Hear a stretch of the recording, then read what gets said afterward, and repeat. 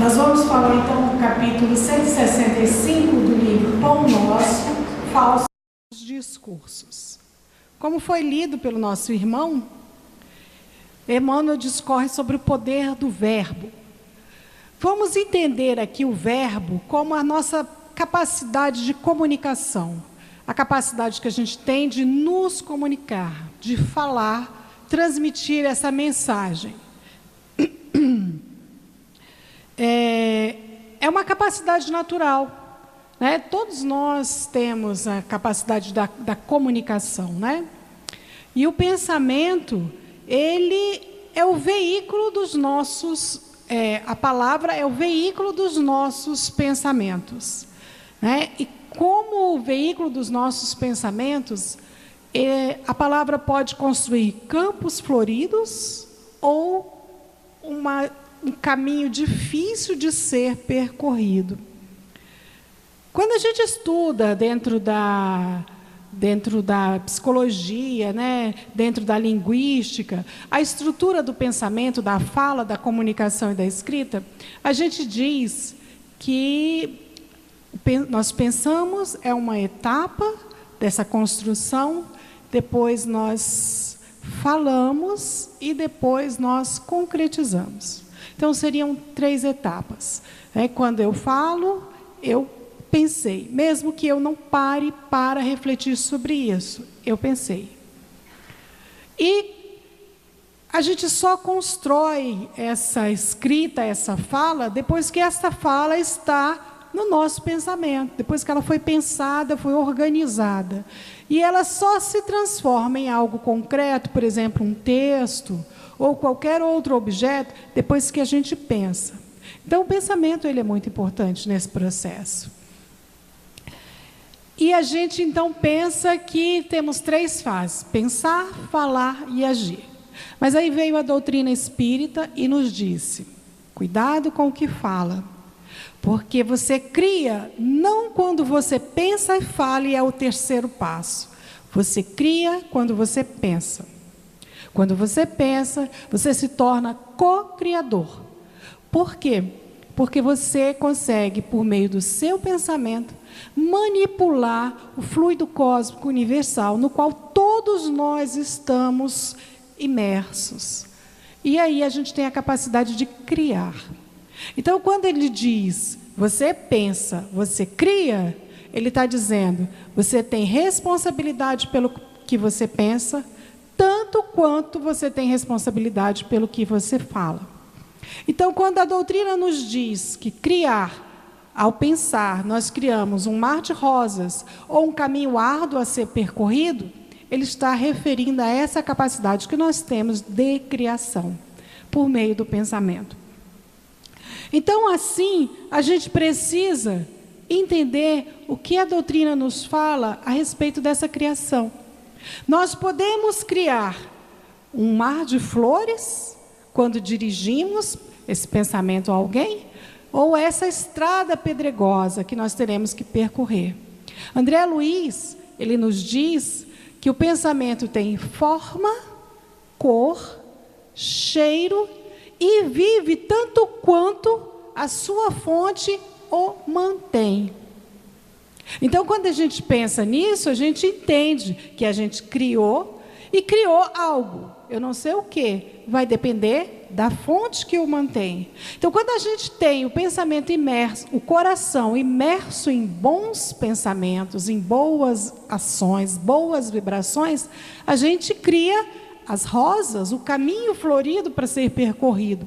Mas quando a gente está com o nosso coração envolto de sentimentos de raiva, de rancor, de mágoa, de ódio, a gente também cria e também produz essas mesmas imagens, que podem ser qualquer tipo de imagem. No livro Evolução em 2 Mundos, ele vai dizer, o pensamento é tão importante que ele tem um capítulo que fala sobre a fisiologia do pensamento. Se tem fisiologia, é porque tem vida. Porque a fisiologia estuda a vida. Então, se existe a fisiologia do pensamento, existe vida neste pensamento que precisa ser conhecida e estudada. Então, entendendo a importância da gente ter responsabilidade nos nossos pensamentos, principalmente quando falamos com as pessoas que vivem e convivem conosco no dia a dia, né? O cuidado para não usarmos palavras que magoam, que ferem a sensibilidade alheia, achando que aquilo que a gente está falando são só palavras. Não, não são só palavras. Palavras, quando elas são ditas, elas são jogadas ao vento. E o que acontece quando a gente joga alguma coisa no vento? Voa, vai embora. Não tem mais como você recuperar. Por mais que você tente, sempre vai faltar alguma coisa para você juntar tudo. E as palavras são assim. Então, quando você fala, você jogou ao vento. Há uma tempestade. Por isso, é importantíssimo este cuidado na hora da gente falar. Da gente organizar o nosso pensamento. Para a gente, sabendo que a gente já construiu aquilo antes da gente materializar na nossa fala. Então, pensemos com mais carinho, com mais sensibilidade, quando formos usar da fala, para evitarmos que a gente magoe, fira, e cause tantas dores e tantos sentimentos ruins nas pessoas a quem nós dirigimos aquela palavra. Chico Xavier conta-nos uma história em que ele passou por um aborrecimento e ele emitiu energias, ele recebeu energias de uma pessoa que estava brava com ele. E aquelas energias vinham como formas de flechas no coração dele. Então, Emmanuel aparece para ele e fala, agradeça. Aí ele, mas ela está me ofendendo. Agradeça. E Chico agradece. Depois Emmanuel explica para ele. Quando ele agradeceu, que ele inundou o coração dele com aquela energia de amor, de humildade, de reconhecimento dos erros, que a gente nem pode dizer que ele tenha errado, né? Das dificuldades, que ele se reconheceu nele como humano, e como no irmão como humano, capaz de promover essas energias, ele conseguiu desfazer essas energias negativas que vinham ao encontro do coração dele. Então, quando a gente está numa discussão, né, e a gente fala assim, sem muita preocupação, ou mesmo no dia a dia, né, a gente perde muito tempo falando coisas inúteis e inaproveitáveis. Nós estamos criando e se dirigindo essas falas e esse pensamento a alguém.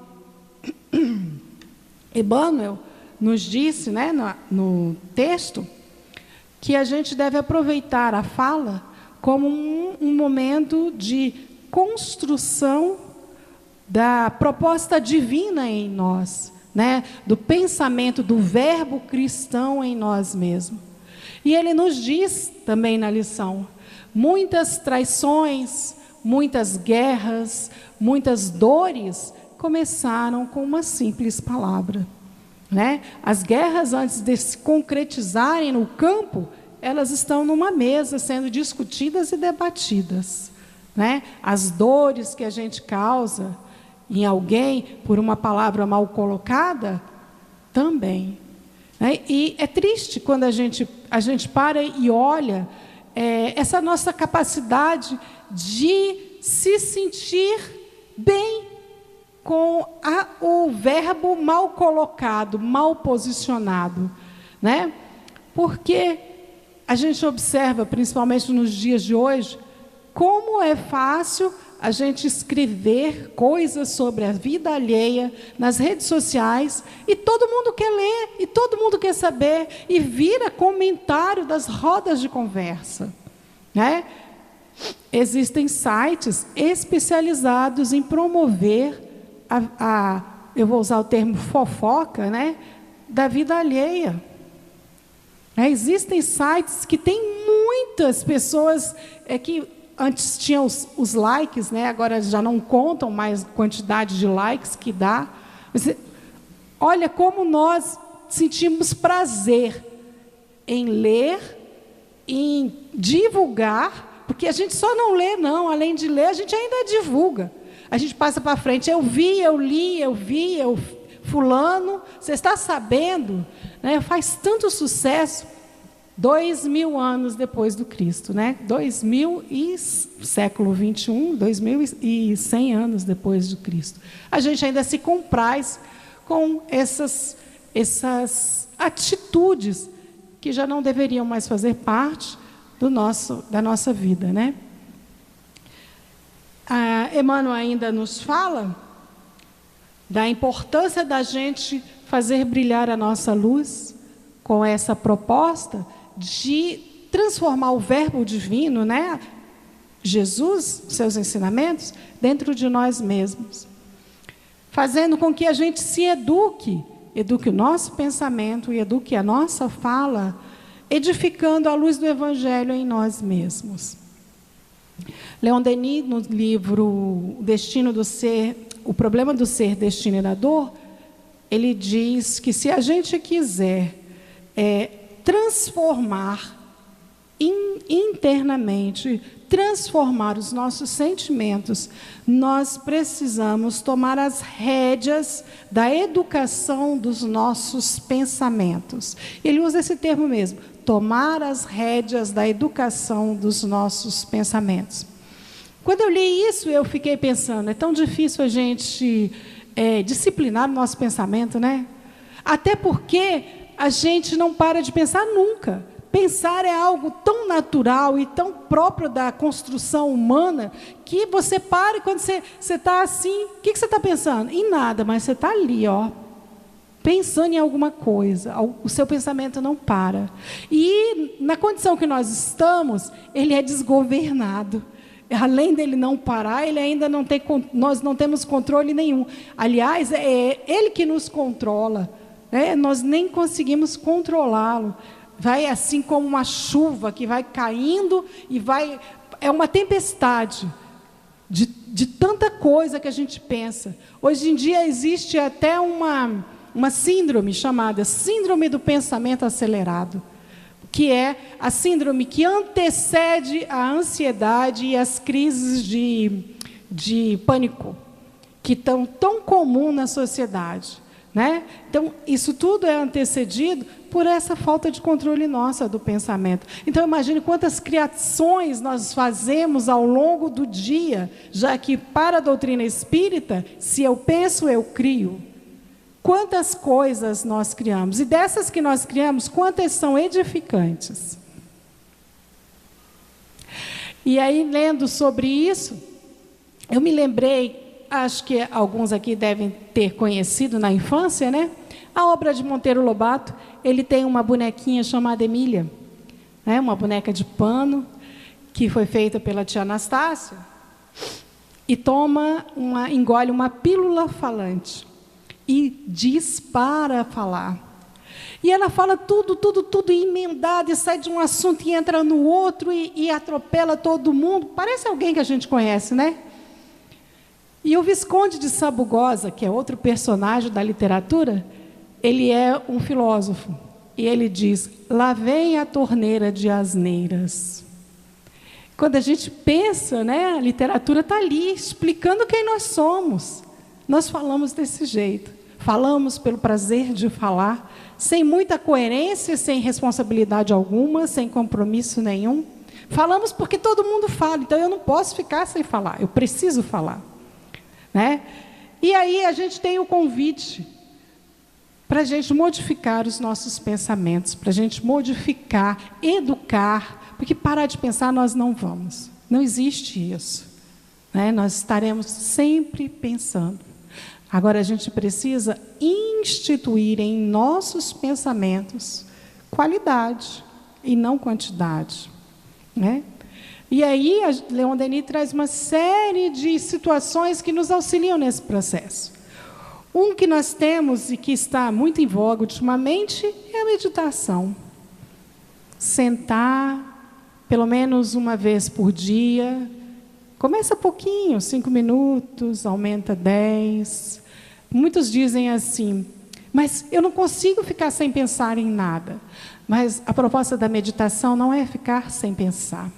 A proposta da meditação é não brigar com seus pensamentos, deixarem que eles venham, e você acolhe e acalma, acolhe e acalma, de forma que eles vão serenando, que você não vai parar de pensar. Existem muitas, dentro da internet, muitas propostas de pessoas ensinando a meditação. Comecemos pela meditação teleguiada, onde tem uma pessoa dando orientações, né? Se você puser assim na internet, meditação teleguiada, aparece lá muitas, de 5 minutos, de 7 minutos, de 8 minutos, de 10 minutos, e você escolhe o tempo. Divaldo tem uma série de meditações teleguiadas, né? As deles são longas, 30 minutos, as menores. Mas, se você conseguir ali, todos os dias, tirar 10 minutos e fazer, você vai acalmando o seu cérebro, vai acalmando os seus pensamentos, vai diminuindo a sua ansiedade, né? É importante porque nos traz o equilíbrio. E quando eu começo a meditar, eu começo a observar os meus pensamentos. Aí fica mais fácil eu aprender a controlá-los. Porque se eu começo a meditar e a perceber o que os meus pensamentos estão produzindo, eu consigo perceber do que está cheio o meu coração. Se eu estou pensando só em besteira, só em bobagem, só em coisas ruins, meu coração está nessa faixa vibratória. Mas se eu não paro para perceber isso, eu vou continuar reproduzindo isso.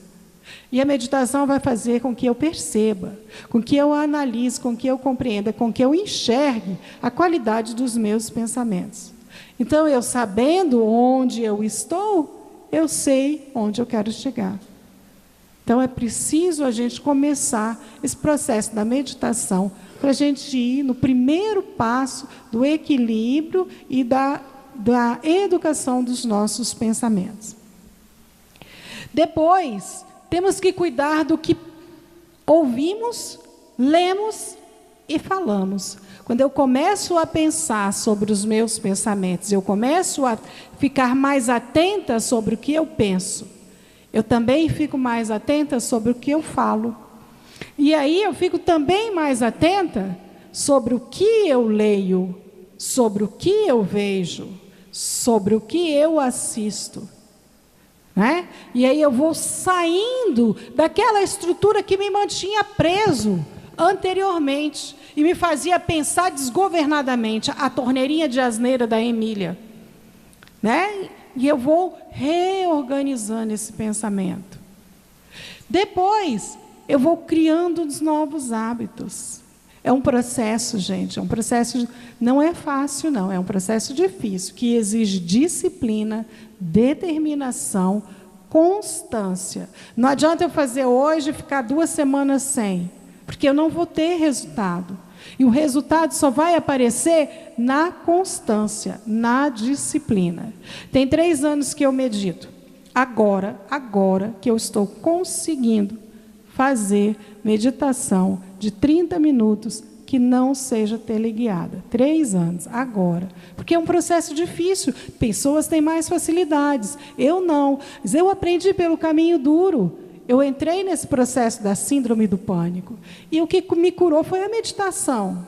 E eu comecei com pequenos minutos, até hoje conseguir me desligar da meditação teleguiada e fazer 30 minutos de meditação diariamente. E eu consegui acalmar a minha mente. Então, é um processo árduo, 3 anos. Né? Tem pessoas que levam mais, tem pessoas que levam menos. É muito tempo. É mesmo. E olha, vou dizer para vocês, tem dia que eu sento, começo a fazer, mas é um dia mais agitado, eu não dou conta de ficar os 30 minutos. Quando eu vejo que eu estou num processo mais difícil, eu respiro, faço exercício respiratório antes de retomar. Porque porque eu não consigo acalmar a minha mente. Então, é um exercício, exige muito da gente. E a gente precisa, porque vai controlando esse pensamento e a gente vai falando menos, falando com mais tranquilidade, pensando antes de falar.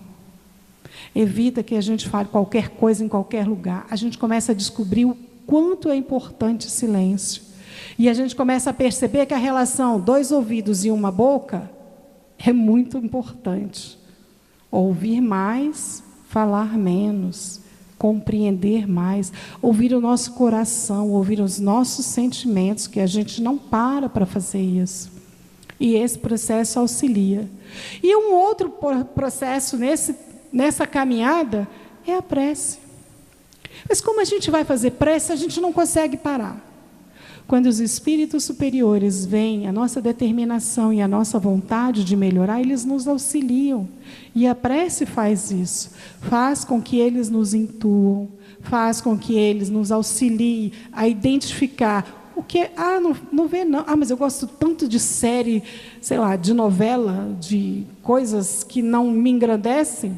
Mas ele vai fazendo, por meio da prece, do seu esforço de melhorar, ele vai te intuindo a ver outras coisas, a ler outras coisas, a fazer outras coisas. Né? Então, este processo, este caminhar lentamente. Hoje eu consegui 5 minutos.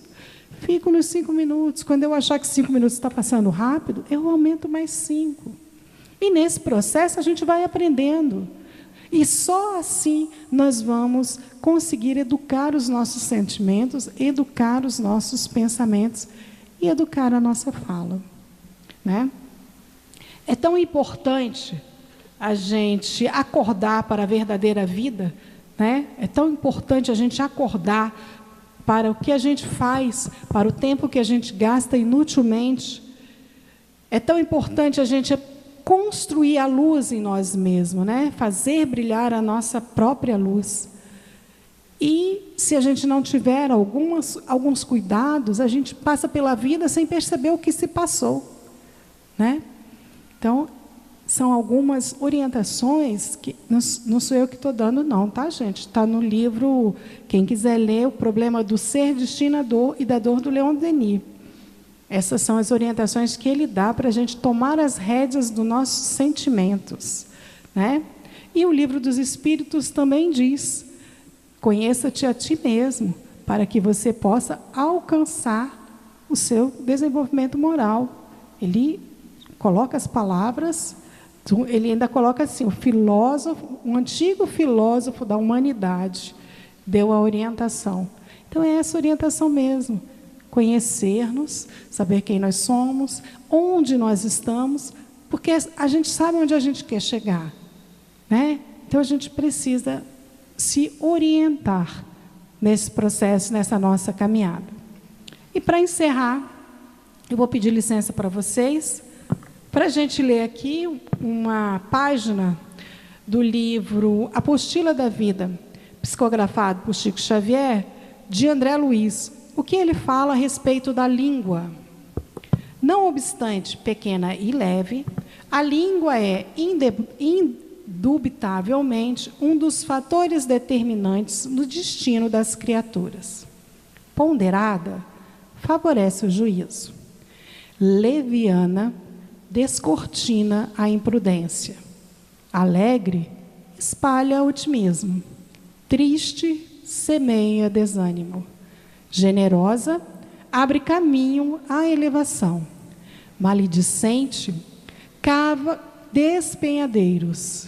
Gentil, provoca o reconhecimento. Atrevida, atrai o ressentimento. Serena, produz calma. Fervorosa, impõe confiança. Descrente, invoca a frieza. Bondosa, auxilia sempre. Descaridosa, fere sem perceber. Sábia, ensina. Ignorante, complica. Nobre, cria respeito. Sarcástica, improvisa o desprezo. Educada, auxilia a todos. inconsciente, gera desequilíbrio.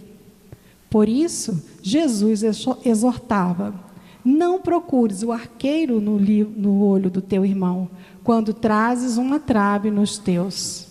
A língua é a bússola da nossa alma. Enquanto nos demorarmos na terra, conduzamo-la nas romagens do mundo, para a orientação do Senhor, porque, na verdade, ela é a força que abre as portas do nosso coração, as fontes da vida ou as correntes da perturbação e da morte. Muito obrigada, luz e paz a todos nós e uma boa noite.